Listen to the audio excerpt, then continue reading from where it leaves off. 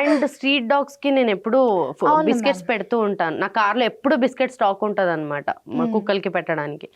అయితే నేను ఏ డాగ్స్కి అయితే అదే బిస్కెట్ వేస్తుంటాను ఏ కుక్కలకి అయితే, అది నేను నా కార్ సౌండ్ వినగానే నేను వస్తున్నాను అనగానే అలా పరిగెత్తుకొని వస్తాయి తెలుసా.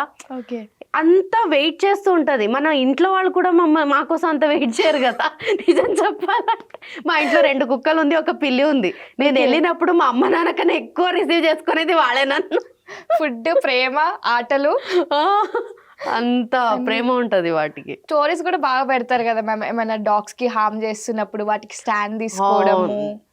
నాకు చాలా కోపం వస్తుంది. అంటే ఒక్కటి నేను జనాలకి చెప్పాలనుకుంటుంది ఏంటి తెలుసా, నిజమైన ప్రేమ కావాలని స్టేటస్లు పెట్టుకుంటూ ఎమోషనల్గా ఫీల్ అవుతూ ఎవరి కోసమో చచ్చిపోవాలి, అది చేయాలి ఇది చేయాలి అనుకుంటారు.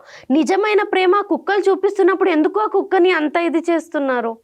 ఇప్పుడు మనిషి కుక్కలకి రాయితో కొడతాడు, కర్రతో కొడతాడు, అన్నీ చేస్తాడు.